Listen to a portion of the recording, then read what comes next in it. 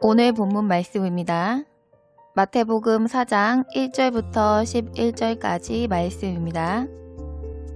그때 예수께서 성령에게 이끌리어 마귀에게 시험을 받으러 광야로 가사 40일을 밤낮으로 금식하신 후에 줄이신지라. 시험하는 자가 예수께 나아와서 이르되 네가 만일 하나님의 아들이어든 명하여 이 돌들로 떡덩이가 되게 하라. 예수께서 대답하여 이르시되 기록되었으되 사람이 떡으로만 살 것이 아니요 하나님의 입으로부터 나오는 모든 말씀으로 살 것이라 하였느니라 하시니, 이에 마귀가 예수를 거룩한 성으로 데려다가 성전 꼭대기에 세우고 이르되 내가 만일 하나님의 아들이어든 뛰어내리라. 기록되었으되 그가 너를 위하여 그의 사자들을 명하시리니 그들이 손으로 너를 받들어 발이 돌에 부딪히지 않게 하리로다 하였느니라. 예수께서 이르시되 또 기록되었으되 주 너의 하나님을 시험하지 말라 하였느니라 하시니, 마귀가 또 그를 데리고 지극히 높은 산으로 가서 천하만국과 그 영광을 보여 이르되 만일 내게 엎드려 경배하면 이 모든 것을 내게 주리라. 이에 예수께서 말씀하시되 사탄아 물러가라. 기록되었으되 주 너의 하나님께 경배하고 다만 그를 섬기라 하였느니라. 이에 마귀는 예수를 떠나고 천사들이 나아와서 수종드니라. 아멘. 누구나 세상에서 성공하여 남들보다 더 우월한 자리에 올라가고 싶다면 남들보다 더 많은 수고와 노력을 해야 합니다. 남들보다 더 힘써서 도전해야 하고 공부해야 하고 남들이 가보지 않은 길을 개척해야 하기도 합니다. 그러한 노력을 했을 때에야 남들보다 성공하여 더 좋은 자리에 올라가는 것이 당연한 것입니다.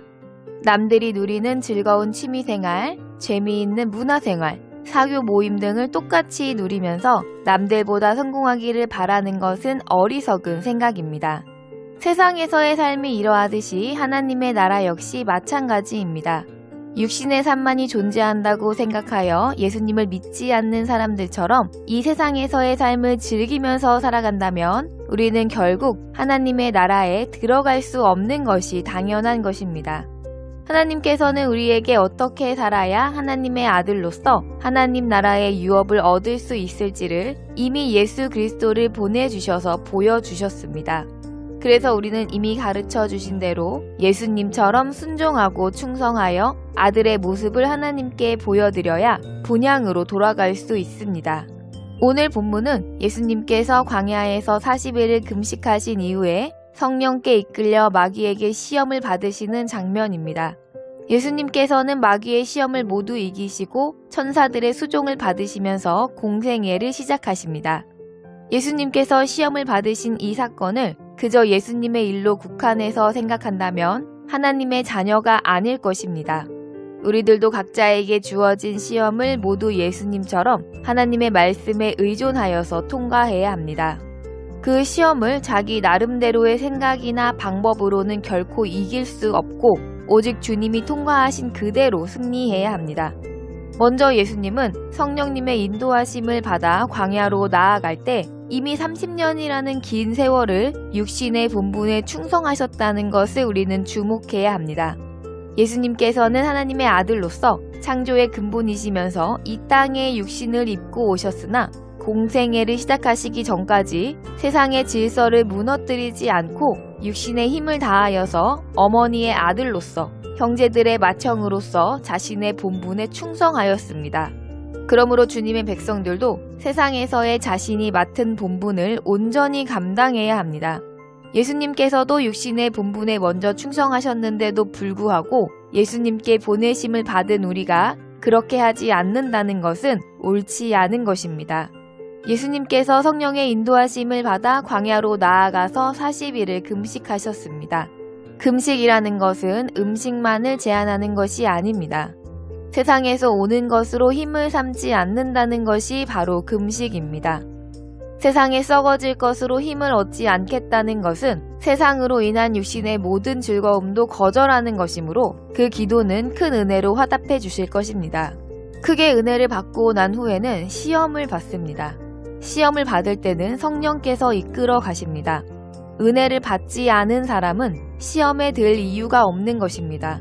은혜를 받지 못한 사람은 무슨 말씀을 하시더라도 자신에게 말씀하시는 것을 알지 못하고 그저 남의 일이라고 생각하기 때문입니다.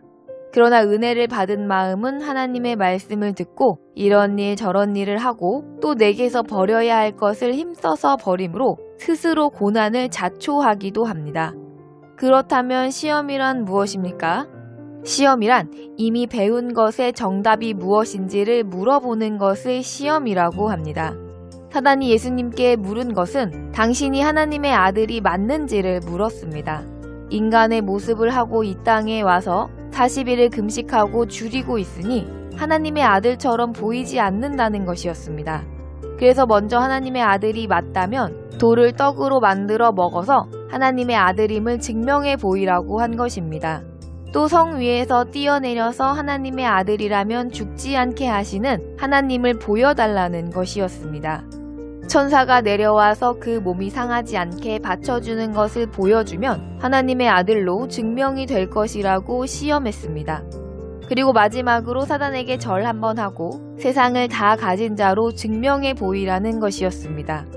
우리가 하나님의 아들이라면 사람에게 그럴듯하게 보여주려고 내가 애를 쓰지 않아도 하나님께서 때가 되면 하나님께서 하신다는 당당한 믿음이 있어야 합니다.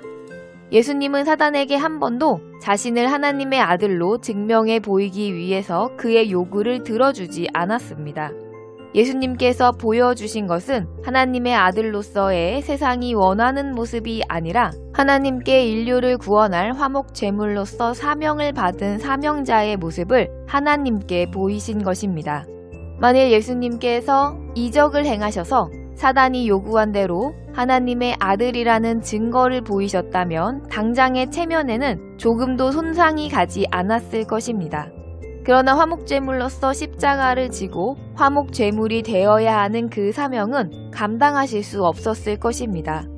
이것은 에서가 당장의 배고픔을 위하여서 자신의 장자권을 야곱에게 팔고 배를 채웠으나 하나님과의 관계에서 영원히 멀어진 것과는 대조되는 것입니다. 우리는 예수님이 받으신 시험처럼 돌을 떡으로 만들어서 먹으라거나 높은 곳에 떨어져서도 다치지 않는 모습을 보여주라는 시험은 절대 받을 일이 없습니다. 우리는 절대로 그렇게 할 수 있는 능력이 없기 때문입니다. 우리는 우리가 할 수 있는 것으로 시험을 받습니다. 하나님의 사랑을 받으니까 주일 성수는 조금 소홀히 해도 되지 않겠느냐고 시험을 받습니다. 하나님께 많은 재물을 드릴 수 있을 테니까 예배보다는 일을 하는 게 먼저이지 않겠느냐는 시험을 받습니다. 성공해서 하나님께 영광을 돌릴 수 있기 위해서 육신적인 쾌락과 타협하는 것이 좋지 않겠느냐는 시험을 받게 될 것입니다.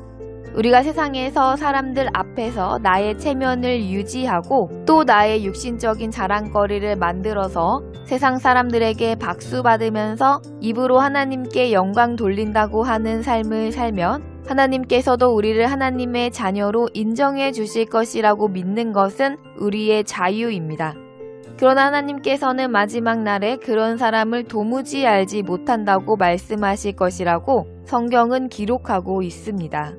우리는 본래 하나님의 형상으로 창조되어진 존재이나 하나님을 기뻐하지 못하는 작은 마음으로 인하여서 사단에게 미혹당해 하나님의 형상으로 살아갈 수 없게 되어져 영원한 멸망의 길을 걷게 되어진 존재입니다. 그래서 우리는 죄와 상관없으신 예수님이 구세주로 오시지 않으면 아무런 길이 없다는 것을 구약에서 보여주고 있습니다. 멸망길을 걸어가서 그 마지막에는 멸망이 있음을 알고 있다고 하더라도 우리에게는 길이 없었습니다.